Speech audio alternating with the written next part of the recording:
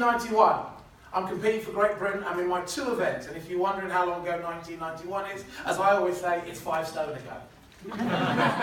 So 5 stone ago, 1991, I was competing for Great Britain at the World Championships. I was in my usual 2 events, the 400 and the 4x400 metres relay event. It's the relay at this stage that I want to talk about.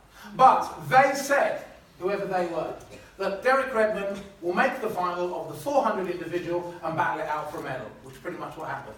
They also said, the British relay team will make the final of the 4x400 metres relay final and they will win a silver medal. They weren't wrong, because we were favourites for the silver medal. We had won a silver medal at the previous World Championships. We had the 2nd fastest time in the world that year. We had the 2nd fastest time in history. Doesn't take a genius to work out we're odds-on favourite for a silver medal. They said the favourites were the Americans. Again, no surprise. The Americans were the world champions and the Olympic champions. They had the fastest time in the world that year. And, oh yeah, they held the world record. And if that wasn't enough, they hadn't been beaten at world or Olympic level in a 4x400 metres final for 57 years. So they's not really that smart, really, because anyone could have worked that out. But that British team, we went there with a completely different idea. We don't care what they say. We will go in there with an aim of trying to kick some Yankee butt, as one of my relay teammates actually said. I don't know if there's any Americans in there, but you might want to make your way out now. This isn't the get worse. No, it's not. So, before we can get our hands on that gold medal, we've basically got 2 hurdles to get through for that 4x400 final. The first one is we have to qualify from the heats into the final. And the second one is we make the final, we obviously have to win it. Now, you've heard me talk about myself in that relay team. Obviously, I'm not going to do the job on my own. We have a number of other teammates in there. I'm hoping you know who some of them are. If you do, great. If you don't, you will by the end of this session. So apart from me in that team, there was a guy by the name of Johnny Two-Chest Regis. I don't know if everyone remembers Big John Regis. Yeah, Big John Regis. The other guy, I know all the ladies know who the other guy is, a guy by the name of Roger Pretty Boy Black. All the ladies used to love Roger Black. They gave him a nickname when he was competing, and that was Sex on Legs. Wasn't me, that's what they called him.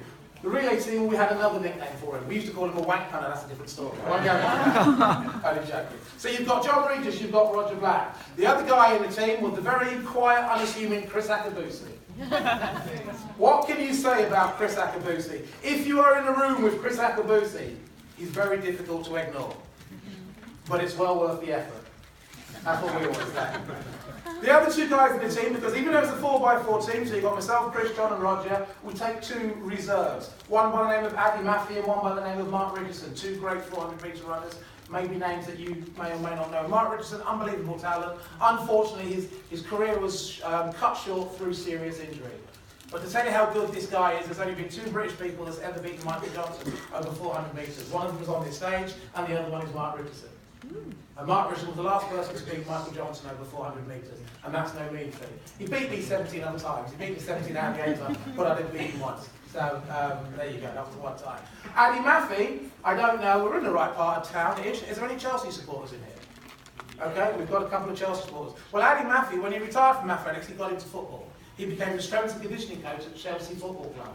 Spent a few years there. He took them to FA Cup glory, and then he had an absolutely fantastic time there. He left Chelsea and went to Millwall, where he became his weapons and special tactics expert or something like that. I don't know quite sure what it was. But he ended up moving around football clubs. Anyway, us 6 guys have gone out to Tokyo with one aim, as I say, to come back with that gold medal. We've got to qualify from the heats in the final. So, for the heats, the team management picked myself, Akabusi, Richardson and Maffey with the job of getting the British team from the heats into the final. Cut a long story short, we won our heat. There were 4 heats, and it was the first 2 teams in each heat to go through to the final the following day. We won our feat. In fact, we were the fastest qualifiers for the final. We ran well within ourselves. Everybody was okay. Job done. Fantastic. We went back to the hotel, quick into our rooms, quick shower, quick change, and all of us, all 6 of us, came down and had dinner in the hotel restaurant. So as you can imagine, the topic of conversation during that dinner was pretty much what went on the track earlier in the day, and what we thought might happen in the evening, in the following day in the final. So we're talking about what went on in the heat. So now the Kenyans have qualified. There's been no surprises there. The Germans have, they've been knocked out. A bit of a surprise there. Just talking about the things that has pretty much gone on in the heats. The Americans have made all that sort of stuff. No big deal. Halfway through that conversation, the team management came up to us because they wanted to have a conversation with us. They wanted to give us all the information that we're going to need for the final the following day. So they come up to our table and they say, sorry to interrupt your conversation, guys, but we just want to give you all the information you need for the following day. First thing they said is, you know, fantastic running the heats, guys. Is everybody okay? No injuries, no problems. No, we're all good. Brilliant. Okay, here's the info you're going to need. The final's at 8 p.m. tomorrow. You are the last event at the World Championship. Straight after you is your men's ceremony, then the closing ceremony. Okay, 8 p.m. You've been given lane number 3. Okay, 8 p.m., lane 3. Okay, so let's get down to it. The most important thing. This is going to be the order for the final, guys. Okay, Redmond, you're on 1. Akabusi, you're going to run the 2nd leg. Big John Regis, you're coming in and run the 3rd leg. And Roger Black, you're running the 4th leg. Good luck, guys. Make sure you get plenty of sleep. And with that, they disappeared. And we knew the 4 guys in the final was going to be me, Chris, John and Roger. Why? Because we're the 4 fastest guys in the country over 400 metres and it's a World Championship final. You're going to field your fastest team. We also knew the order was going to be me to Chris to John to Roger. Now people often ask me, how do you work out the order of a 4x4? Yeah. And does it make any difference? I'm going to tell you how we work that order out. I will tell you, it does make a difference. It makes a huge difference. And the way that you work your order is like this. You put your fastest man last, you put your 2nd fastest man first, and then the other 2, you chuck them in the middle. That is as technical as it gets. Your fastest man goes last, your 2nd fastest man goes first, and then the other 2 doesn't really matter. So Roger Black had a fantastic World Championships. He won a silver medal in the individual 400. Absolutely hammered me in that final. He's now the country's fastest man. He is going last. I am now the 2nd fastest in the country, so I am going first. Then we've got Chris, then we've got John. So we know our order, job sorted, we finish our meal, we then go off to our rooms. You've got Chris and Roger sharing a room, John and myself sharing a room, Addy Maffey and Mark Richardson sharing another room. John and I have been in our room for maybe an hour, 45 minutes to an hour, and there's a knock at the door. What's that? I don't know. I go over to the door, and it's Roger and Chris. And they said, look, we need to have a word with you. So they came in. Okay, come in, sit down. John sort of sits up, mutes the TV. What's up? I said, I don't know. These guys want to have a word with us. So what's up, guys? So Roger starts the conversation. Me and Chris have been having a word in our room, and we can't take this conversation any further until we come and talk to you guys. Okay. My first thought was, one of them's injured. So I said, oh, please don't tell me one of you guys are injured. No, nothing like that, all good. Okay, what's going on then? Roger says, Chris, tell him what you told me. So we look at Chris. Chris explains, the first thing he says to us is, oh guys, that it's nothing major, but we need to change the order. Okay, it's quite major to me, but okay. What are you thinking, Chris? In my mind, I'm thinking he's going to say, Derek, you go back on the last leg and Roger go on the first. He doesn't. He says, I need to run the last leg, meaning himself. So John sits up and says, hey? He says, no, it's the only place for me. So John says, why? And Chris explained. Chris's individual event, I don't know if anybody remembers, was 400 metre hurdles. They said Chris will finish 7th in that 400 metre hurdles final. With 150 metres to go in that 400 metre hurdles final, Chris was in 7th place. By the time he crossed the line in 3rd place. He won a bronze medal in the 400 metre hurdles at the World Championships. You'd think he would be happy with that performance. He was gutted. The reason he was gutted, and I don't want to get too technical here, the reason he was gutted is because he didn't run his race technically the way he wanted to. So he explained to us that in the first 200, he went off way too quick. In a normal race, if he paces it right, with about 120 metres to go, Chris will put his final burst in, so he comes off that bend and he can battle with anybody down the home straight. But because he went through the first 200 too quick, he said, I just went with the guys. The occasion got the better of me, and I just went with the pace, with the leaders. But because he went so fast in that first 200, he decided not to kick with 120 metres to go. He decided instantly when he got to the 120 metre mark, I'm going to kick with 90 metres to go. Now it might not sound much to you, but when you're running at that speed over a short distance, any energy you can save for the home straight is a good thing. So he waits till he gets to 90 metres and then he kicks. And he starts going past people and people are going behind him. He's gaining on the first 2 guys, the guys who are in 1st and 2nd. And they lunge for the line and the line comes too quick for Chris. If only that race had been called a 405 metre hurdle race, Chris would be world champion.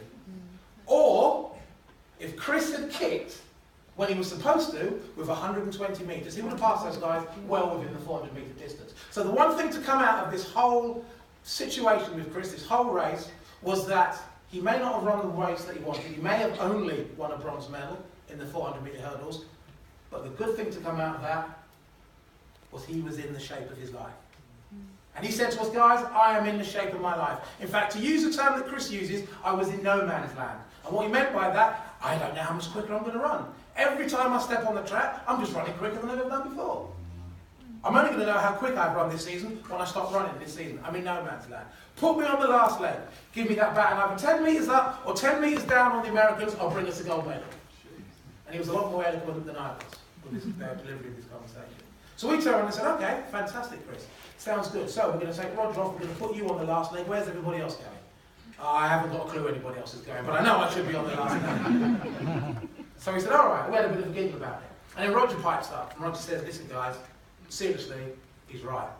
The only place for him is last leg. So I said, okay, well, where are you going to go, Roger? You're going to come off? Where are you going to go? He said, there's only one place for me.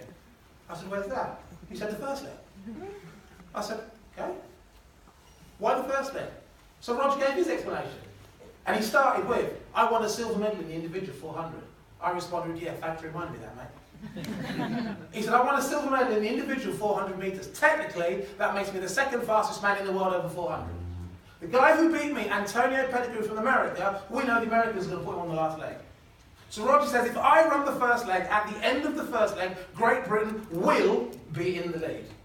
Then, Derek, that will give you and John the decision to either extend it by at least 10 metres or give the baton just behind the Americans, no more than obviously Chris's recommended 10 metres. I said, this sounds brilliant. Regis then piped up and said, listen guys, you know really I'm a 200 metre runner, I run the odd 4x4, and every time I run a 4x4 I've run a third leg. I know what I'm doing, I know what I've got to do, put me on that third leg, I will do the business, whatever's needed on that third leg. I said, John, stay on the third leg. I will slip in and run the second leg. And we sat there for a few seconds silent. And you know, have you ever had those thoughts where you think, this is such a good idea, it's almost crazy? Yeah. That's the situation we was in. We couldn't work out if this was completely stupid or completely genius. It was literally teetering on an edge. And we said, no, this sounds absolutely brilliant. So we decided to go and see Addy Maffey and Mark Richardson at the two reserves. We explained our situation to them. They thought it was brilliant. We said, right, in the morning we're going to sort out this with the team managers. Chris said, no, I'm not going to sleep. We're going to go sort it out now. We went and found the team managers. It's about midnight now. I don't know what time. It's about midnight. We go and find the team manager, the team coaches, and the head coach and say, oh, just to let you know, we want to change the order. A couple of them said, fantastic, no problems. If you think this is going to give you the best chance of winning the gold medal, then, you know, great. But the coach actually wasn't sure. The coach of the 4x400 metre relay team wasn't sure. Oh, guys, it sounds a great idea, but let's do that at the Olympics next year. Excuse me? Next year? We're here now. We've got a chance of winning tomorrow. I can't win the World Championships a year, go back in future and win a World Championships that was a year before. I can't win the World Championships tomorrow next year, but I can win them tomorrow. So we ended up having a discussion, and to cut a long story short again, he finally, begrudgingly agreed that we could change the order. And he said, right, come on guys, go and get some sleep. And as we were leaving his room, I remember he was still muttering and going on about it, and his final words to us was, all right guys, you can change your order, but on your heads be it. And I remember leaving, what a motivational talk. So we all disappeared off, we went back to our rooms and got a good night's sleep. We wake up the next day, it's the big day of the race. I'm not going to bore you with all the stuff that goes on, all the warming up, goodness knows what. I'm going to fast forward now to we are out on the track. Actually, no, there is one thing I'm going to do. We are now out on the track. Roger is standing behind his blocks in lane number 3. He's running the first leg. He's going to run a whole lap of the track, and then he's going to hand the baton on to me. So me and all the second leg runners are standing in the infield, just inside lane 1, where the high jump takes place. I'm not sure if you know where I'm talking about on the track. And I'm just standing there, stripped off and ready to go. I'm shaking my legs. All I'm doing is looking at Roger in lane number 3. I'm bumping shoulders, treading on the toes of my opposition, doing the usual tricks that everybody does, all that sort of stuff. And I'm just looking at Roger. Chris and John, there's a massive tunnel where you walk out onto the track. They're just in the entrance of the tunnel, semi-stripped off, ready to go. They don't need to come onto the track until it's their turn to run. the crowd began to go quiet. I can tell you something now, it's the biggest crowd I've ever run in. There was 110,000 people in the crowd, even bigger than the 2 Olympic Games I competed in. Huge, huge crowd. It's the last day, everyone's back in because they got the closing ceremony.